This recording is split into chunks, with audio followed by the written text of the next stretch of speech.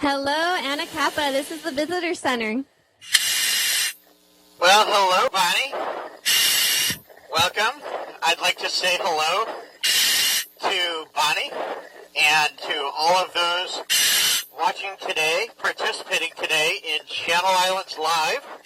I understand we have a large group of junior lifeguards along with some summer campers from Children's Haven in Ventura. Is that correct? Yes, we do. All right. We also have other people watching in the audience in Ventura at our Park Service Visitor Center.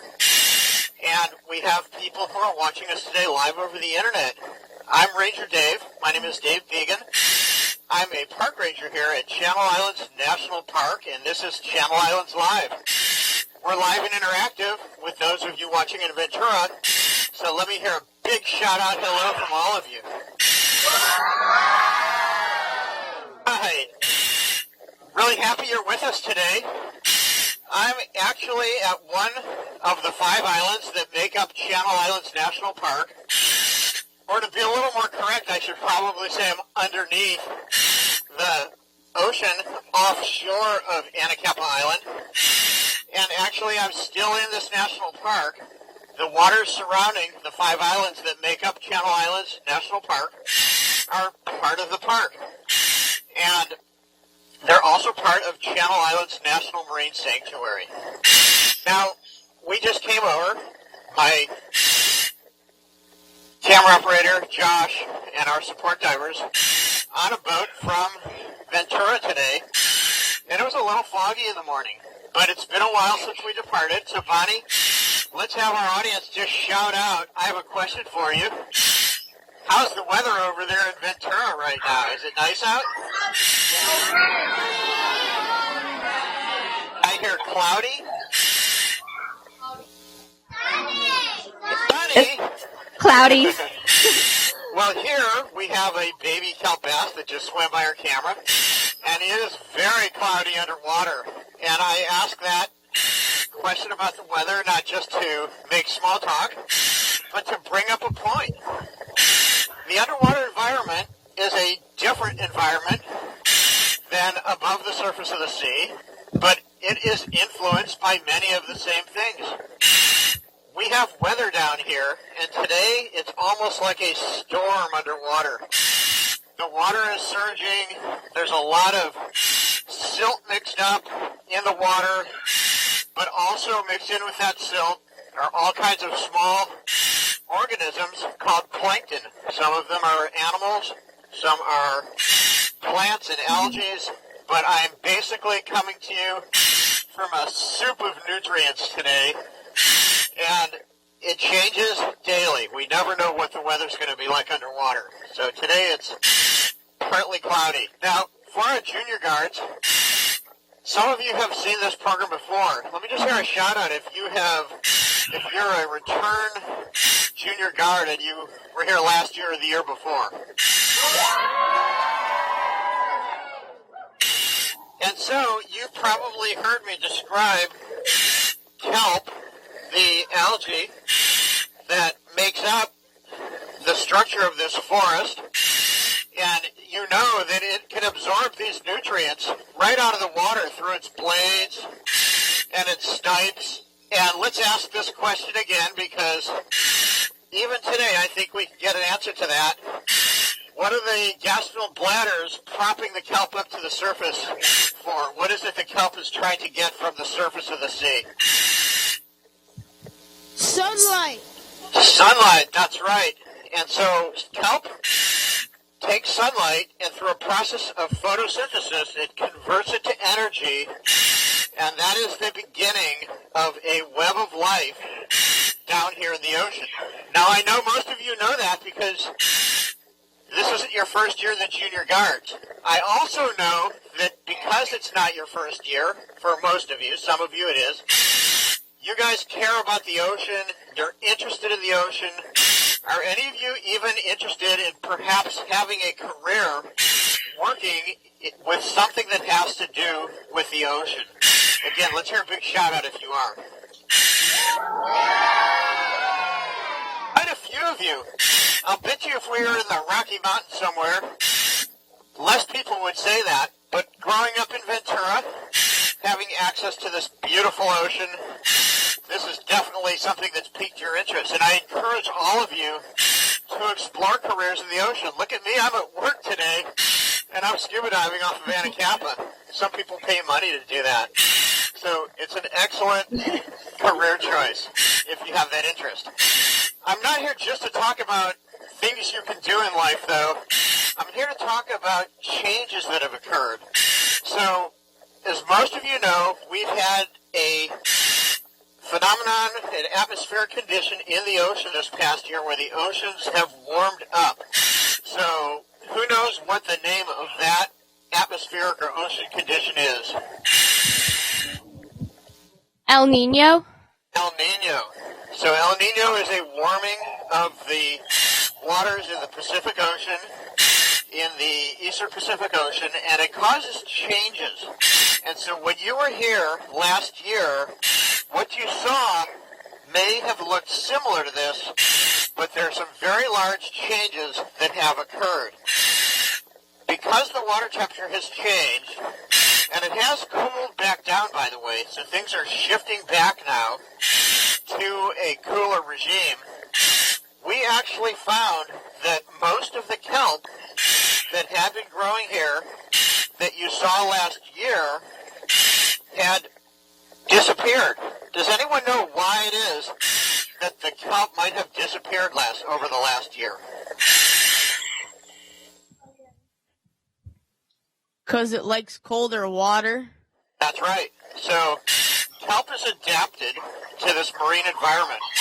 We talk about that often when we discuss how it doesn't have a rigid trunk, but it has flexible stipes, so it can move with the surge, with the motion down here.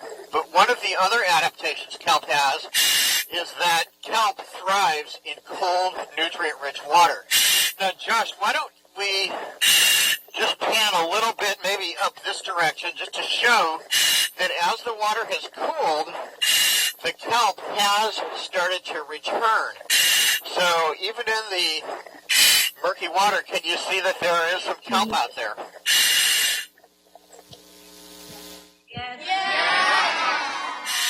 And I think you all know the answer to this one, but let's, Bonnie, see if someone has the answer to how fast can kelp grow in a day? 2 feet a day. 2 feet a day, one of the fastest growing organisms on the planet. And Josh is giving you a real wide sweeping view. And so as the water cooled down, it's now in the high 50s, but it had peaked in the 70s. The kelp has actually come back. But Josh, if you want to slowly bring the camera back this way, I want to show you guys something that has one of the changes that occurred over a period of years, but especially in the last year or so.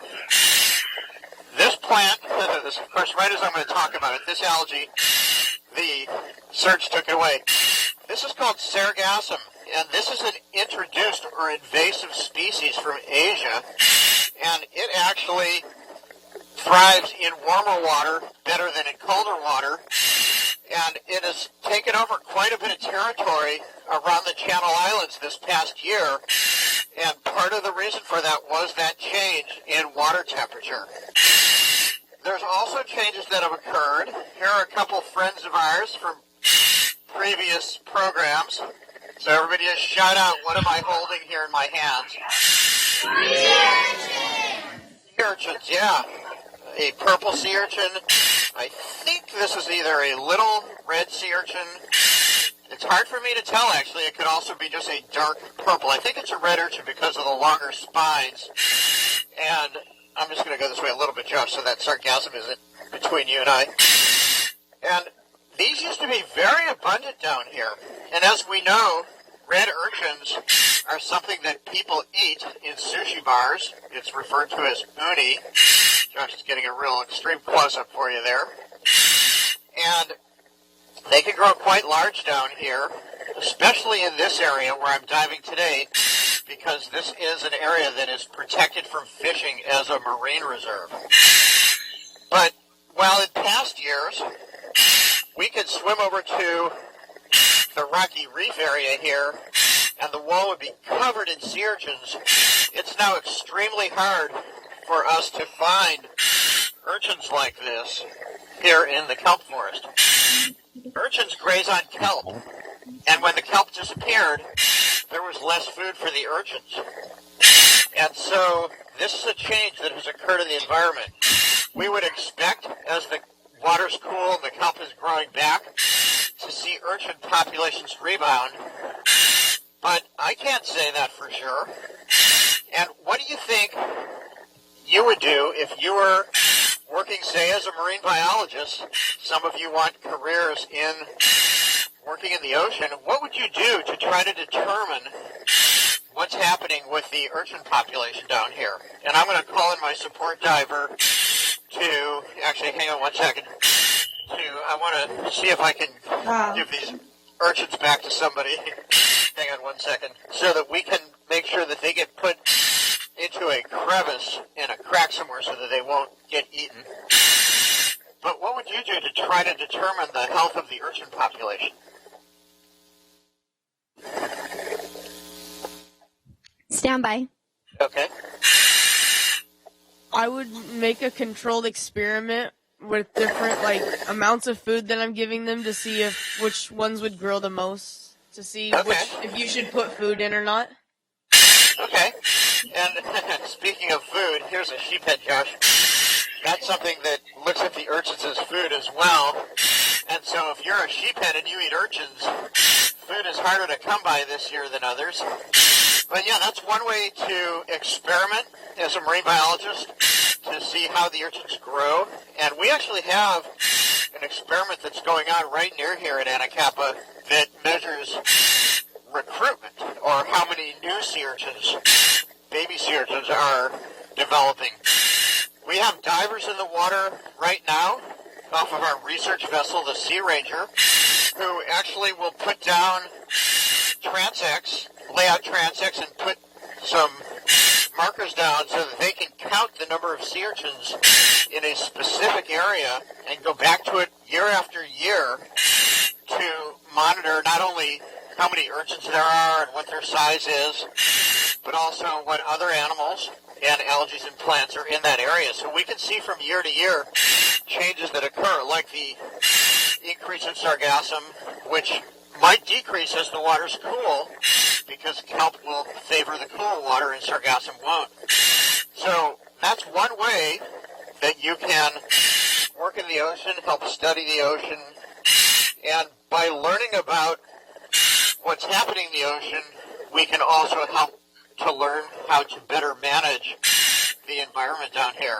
Now, while we've been talking about kelp forest monitoring, I'm going to put this right down here so we can get a look. Support diver Dan has found a sheep crab, and you can see that the sheep crab adapts to the kelp forest, depends on it for survival, because the food it eats, it's a scavenger and a predator, lives in the kelp forest, but it also is able to camouflage in by having algae grow on its shell so that it blends in with the kelp forest. So it uses the kelp forest for cover as well. This is another change that's occurred, and I don't have the answer why, but all of a sudden we're seeing a lot of sheep crabs here in the kelp forest, where just a few months ago, when the water was a different temperature, we weren't seeing sheep crabs. So it may be that they're following the food supply. It may be that the water temperature is more suitable for them. I'm throwing out hypotheses, but I don't know the answer. And so this is something else that as a marine biologist you could study to learn more about the ocean. So we've talked a little bit today about a couple of the animals, the crab and the urchin, some of the algae, the kelp and the sargassum, and some of the changes that have occurred this year. So one thing we know, and I can say with certainty, is that things don't always stay the same in the ocean. The visibility changes, the water temperature changes, the life itself reacts to things like that and changes. As a marine biologist, you could study the life. Does anybody else have ideas or thoughts about other careers that you might pursue, since you love the ocean, that would help to give us all a better understanding of the sea? Bonnie, let's see if we have a few guesses or answers to that question. Any other careers you want to pursue relating to the ocean? Oceanography. Oceanography. So, the study of the physical aspects of the ocean as opposed to the life of the ocean. Those things are, of course, linked, just like everything in the ecosystem, the environment is linked. And so that is certainly something that would help to give a better understanding of the ocean. And I'm going to ask for one more answer, see if we have somebody with a different twist on what you could do to work in the ocean. Marine search and rescue. Search and rescue, yeah, and that's kind of what I was going for. So sciences are an important part of working and understanding the oceans, but search and rescue helps save lives. You can work on the water. Even being involved in recreational industries, people who rent kayaks or who teach people how to surf, you're actually helping preserve the oceans by helping people create an appreciation for them. And I'm going to show you another reason why I have an appreciation for the ocean. And our diver Dan's been busy today, and even in this mixed up visibility, he's found several animals that live here. So shout out, you know what this animal is, I'm guessing. Sand shark.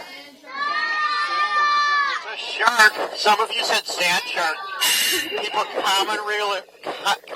commonly refer to bottom-dwelling sharks like this, and you can see its mouth is on the bottom of its head because it eats things, small crustaceans and animals that are on the seafloor.